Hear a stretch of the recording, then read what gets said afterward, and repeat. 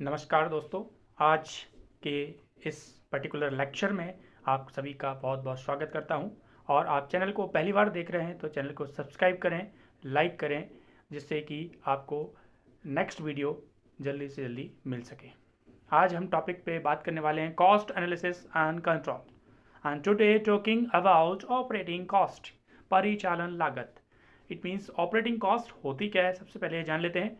Operating cost बहुत सी ऐसी संस्थाएं होती हैं जिनमें किसी वस्तु का उत्पादन नहीं होता है, बल्कि सेवाएं प्रदान की जाती हैं, और इन संस्थाओं के द्वारा जो सेवाएं प्रदान की जाती हैं उन पर आने वाली लागत, कॉस्ट को ऑपरेटिंग कॉस्ट कहा जाएगा। लेखांकन लागत जो मानक होता है, कॉस्ट अकाउंटिंग स्टैंडर्ड 1 में बताया गया है कि परिचालन लागत ऐसे उपक्रमों में रखी जाती है जो संबंधित होते हैं, केवल उत्पादन की सेवाएं प्रदान करते हैं, उत्पादित नहीं करते हैं, किसी उत्पादन को तैयार नहीं करते हैं, किसी प्रोडक्ट को तैयार नहीं करते हैं। Operating cost refers to cost of undertaking which do not manufactures any product but which provide services. Scope of operating cost, परिचालन लागत कहाँ कहाँ पर हम कैलकुलेट कर सकते हैं, निकाल सकते हैं।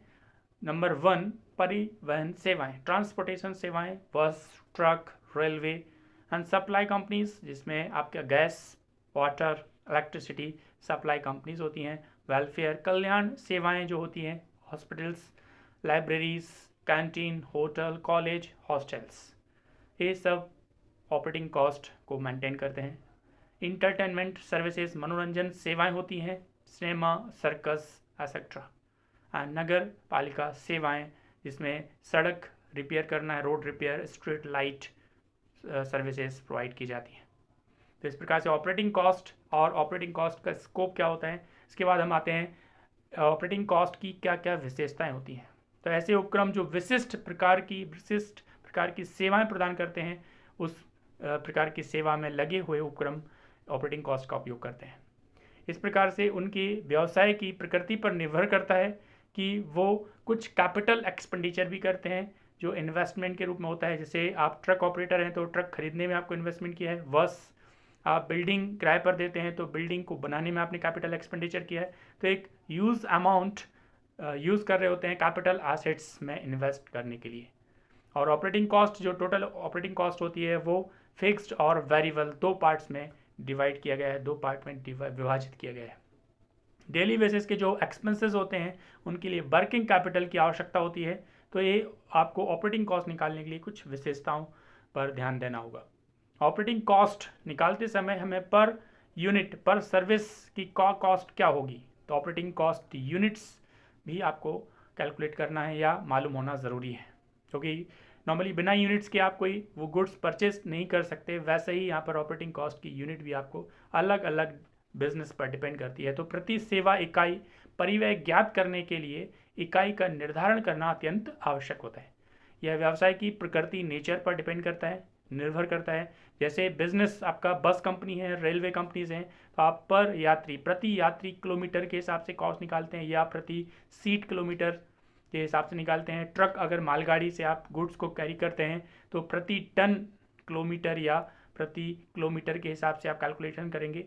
अगर आप इलेक्ट्रिसिटी कंपनी से सप्लाई करते हैं तो प्रति किलोवाट प्रति आवर्स, या आप हॉस्पिटल चलाते हैं तो प्रति पेशेंट पर डे या प्रति ऑपरेशंस आप चार्ज कर रहे होते हैं। कैंटीन अगर चलाएं तो पर चाय कप या पर मील, एक थाली खाने का जो कॉस्ट आता है हिसाब से। सड़क अगर रिपेयर वगैरह करते हैं तो पर किलोमीटर के हिसाब से यूनिट होगा। और होटल और निवास गृह के लिए अगर आप देखते हैं तो वहाँ पर प्रति रूम, एसी, नॉन एसी, इस प्रकार से आप चार्ज करते हैं। तो ये ऑपरेटिंग कॉस्ट की कुछ यूनिट्स होती हैं जिनको आपको ध्यान रखना होगा। बिल्डअप कॉस्ट, जब भी आप परिचालन लागत को निकालने जाएं, ऑपरेटिंग कॉस्ट को निकालने जाएं, तो ये पर्टिकुलर एक टाइम के लिए होती है, या तो मंथली या फिर क्वार्टरली, त्रैमासिक या मासिक। और ये पर्टिकुलर टाइम के लिए उस टाइम में जितनी सेवाएं आपने प्रोवाइड की हैं उसकी कॉस्ट निकालने के लिए यहाँ पर ध्यान दें। कोई टर्मिनल होती है पर्टिकुलर, आपने किसी ट्रिप पर ले जाते हैं, किसी ऑर्डर पर ले जाते हैं, तो उसका कॉस्ट आप निकाल सकते हैं। आपको ये भी देखना होगा कि ऑपरेटिंग कॉस्ट निकालते समय इस बात पर भी डिपेंड करता है, बिल्डअप कॉस्ट जो होती है, कि वो सर्विसेज पहले क्या सर्विसेज जो दी जा रही हैं, पहले क्या उनका उत्पादन किया जाएगा और फिर सर्विसेज की जाएंगी। जैसे एक कैंटीन कैटरिंग का काम करते हैं तो पहले हो सकता है कि वो पहले भोजन को तैयार करें, पकाएं और फिर कैटरिंग का काम करें, या फिर डायरेक्टली बना हुआ भोजन बाजार से खरीद लें और फिर कैंटीन कैटरिंग का काम करें। इसी प्रकार से इलेक्ट्रिसिटी जो सप्लाई कंपनीज होती हैं, या तो वो इलेक्ट्रिसिटी को पहले जनरेट करें और फिर सप्लाई करें, या फिर जनरेटिंग कंपनी से डायरेक्टली परचेज करके आपको सप्लाई कर सकते हैं। तो इस प्रकार को देखना पड़ेगा कि जो अगर आप बनाते भी हैं तो बनाने की कॉस्ट अलग होगी और जो ऑपरेटिंग कॉस्ट है वो अलग होगी, तो दोनों का कैलकुलेशन अलग अलग आपको करना पड़ता है। इस प्रकार से ऑपरेटिंग कॉस्ट आपको ध्यान रखना है। तो ऑपरेटिंग कॉस्ट में आपका फिक्स्ड और स्टैंडिंग चार्जेस होते हैं। इसी प्रकार से सेमी वेरिएबल और मेंटेनेंस चार्जेस बोल सकते हैं, या फिर वेरिएबल और रनिंग चार्जेस, ये 3 पार्ट्स में आप डिवाइड कर सकते हैं। तो transport operating costing, hotel operating costing, या आप पावर ऑपरेटिंग हाउसिंग कॉस्टिंग, इस प्रकार की कॉस्टिंग का कैलकुलेशन ऑपरेटिंग कॉस्ट में किया जाता है। तो आज के लिए इतना ही।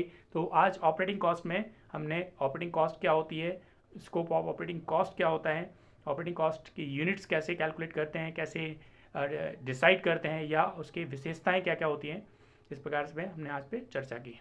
Have a great time, thank you very much. और चैनल को सब्सक्राइब नहीं किया तो सब्सक्राइब करें, लाइक करें और बेल आइकन को प्रेस करना